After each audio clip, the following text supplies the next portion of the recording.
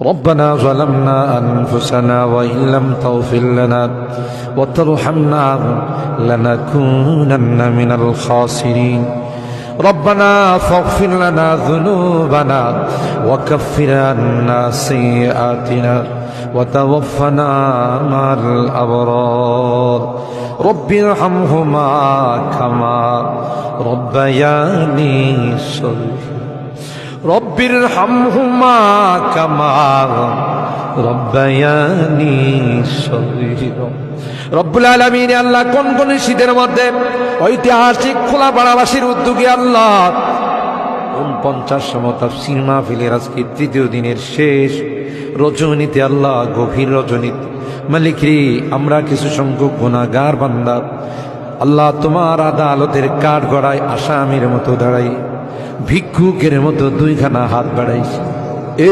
মালিক মেহেরবানি করে আমাদের জিন্দেগির গুনাহগুলো মাফ কর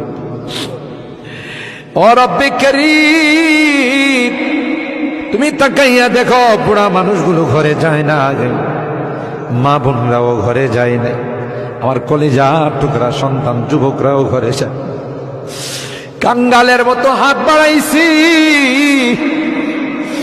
এ মালিক তাওবা করতেছি আর জীবনে কোনো গুনাহ করব না আর জীবনে কোনো নাফরমানি করব আল্লাহ ওয়াদা করলাম আর জীবনে কোনোদিন নামাজ ছাড়ব না আর জীবনে কোনোদিন বেপরদায় চলবো না ইয়া আল্লাহ মেহেরবানি করে আমাদের তাওবাগুলোকে কবুল করে নাও ইয়া আরহামার রাহিমিন ইয়া আকরামাল আকরামিন আল্লাহ মনে চাইছে বিছনায় আরাম করার জন্য না না না আরামের ঘুমকে হারাম করে শীতকে উপেক্ষা করে শুধুমাত্র কেবলমাত্র আল্লাহ তোমার কাছে তাওবা করার জন্য বসে রইলাম আমাদের গুনার কারণে যদি জাহান্নামে দিয়ে দাও কে বাঁচাবে কে আমাদেরকে জাহান্নাম থেকে রক্ষা করবে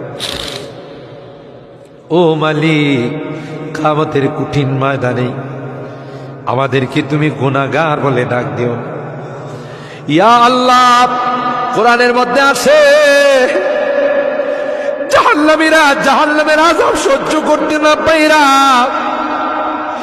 করুতি মিনতির সাথে কাকুতি মিনতির সাথে বলবি ইয়া মালিক লিয়াকদি আলাইনা রাব্বুক এ জাহান্নামের দারোগা মালিক ভাই আর সহ্য হয় না আর সহ্য হয় না মালিক রে কো আমাদের জন্য কোনো ফায়সালা করে দে 1000 বছর পর জবাব আসবে ইন্নাকুম মাকিসু এই জাহান্নামে তোদেরকে থাকতে হবে কোনো ডাকের সাড়া দেওয়া হবে আল্লাহ তোমার কোরআনে তুমি বলছো ক্বালাকসাউ ফিহা ওয়ালা তুকাল্লিমুন অপমানিত হয়ে জাহান্নামে থাক কোনো কথা বলবি না কবরের মধ্যে সাপ বিচ্ছু কামড়াবে একদিক দিয়া চামড়া পুড়ে গেলে আরেক দিক দিয়া নতুন করে গজাবে এ মালিক দুনিয়ার কোনো বিষাক্ত সাপ দেখলে বাঁচাও বাঁচাও করে চিৎকার করে একটা নয় দুইটা নয় 99টা সাপ একে একে কামড়াবে একটা সাপ চুল মারলে 99 হাত মাটির নিচে চলে যাবে বিচ্ছু কামড়াবে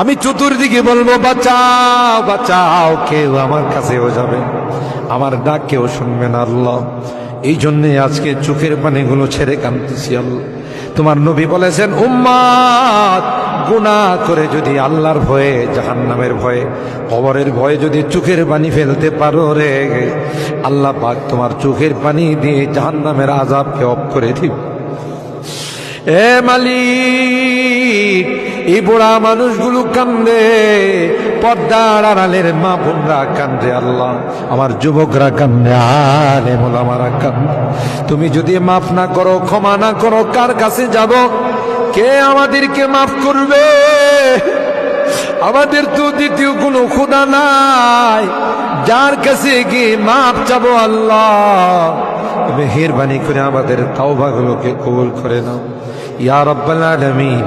আল্লাহ আমাদের জিন্দেগীর সমস্ত গুনাহ খাতাগুলোকে মাফ করে দাও। এ আল্লাহ আমাদের তাফসীর মাহফিলকে কবুল করে নাও।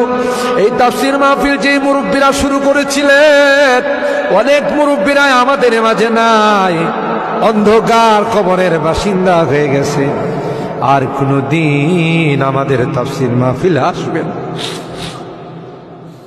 কে জানে, কে জানে আমরা যারা বসা আছি আগামী বছর এই তাফসীর মাহফিলে আসবো না, জমিনের নিচে চলে যাব।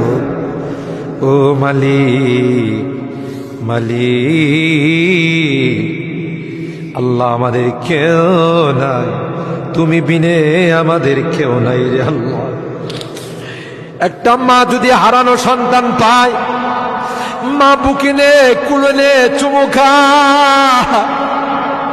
আমরা শয়তানের ধোঁকায় পড়ে রাস্তা হারাইয়া তোমার রাস্তা ছেড়ে দেয়া গুনার রাস্তায় চলে গেছিলাম।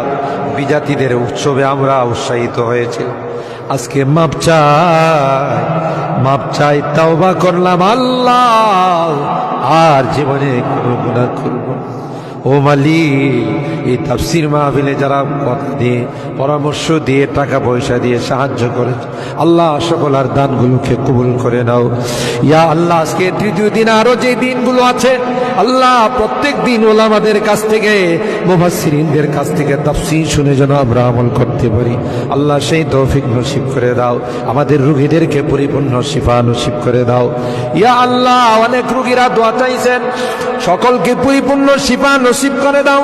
শিফায়ে কামেলা আজলা দায়মা মুস্তামিরা নসিব করে দাও। অভাবীদের অভাবকে দূর করে দাও, পেরেশানিওয়ালাদের পেরেশানিকে দূর করে দাও। এ মালিক, মুসিবত জাদাদেরকে মুসিবত থেকে উদ্ধার করে দাও ইয়া আল্লাহ। এখানে যারা হাত উঠাইছেন, জানি না কে কি উদ্দেশ্য নিয়ে হাত উঠে, সকলের দিলের নেক মাকাসিদ গুলো পূরণ করে দাও আল্লাহ। আমার মুরব্বীদেরকে আবু বকরের মতো বানাই দাও আল্লাহ। আমার যুবকদেরকে, কলিজা টুকরা সন্তানদেরকে জান্নাতি কাফেলার সদস্য বানাই দাও। আমার মা বোনদেরকে আল্লাহ, আম্মা জান খাদিজাতুল কুবরা, আয়েশা সিদ্দিকা, ফাতেমাতুজ জাহরার মতো বানাই। মালিক রে, আজকের মোনাজাতে শেষবারের মতো বারবার মা বাবার কথা মনে পড়ে, জানি না কার মা নয়, কার বাবা। এখানে আমরা যারা হাত উঠাইছি আল্লাহ, অনেকেরই মা নাই, অনেকেরই বাবা নাই রে আল্লাহ।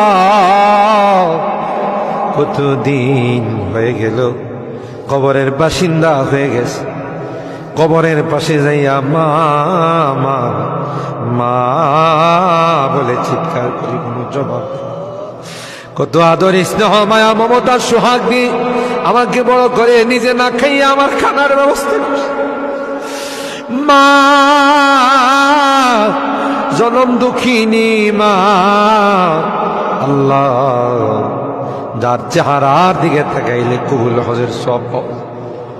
বাড়িতে ফিরতে দেরি হলে ডাক্তার সাথে সাথে মা দরওয়াজাটা খুলে দিত। আজকে বাড়িতে যাই কত ডাকাডাকি, কেউ যে আমার দরওয়াজাটা খুলে দেয় না, কারণ আমার জনম দুঃখিনী মা যে দুনিয়াতে নেই। বাবা কাঁধে কুলে নিয়ে আমাকে বড় করছেন। অনেক সময় মনে চাইছে অনেক কিছু খাইতে, তা খায় নাই।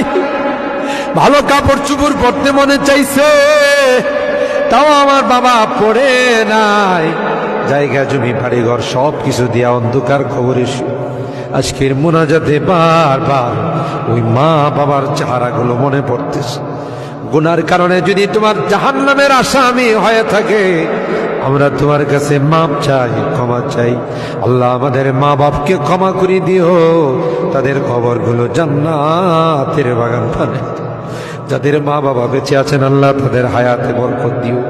এ রব্বে করিম আল্লাহ, মুনাজাত শেষ করার পূর্বে একটি ফরিয়াদ, জানি না কোন দিন কার সঙ্গে মালাকুল মউতের দেখা হয়ে যাবে, কোন দিন মসজিদের মাইকে আমার নামটা ঘোষণা হয়ে যাবে, মসজিদের পালকিটা আমার ঘরের সামনে দাঁড়িয়ে যাবে।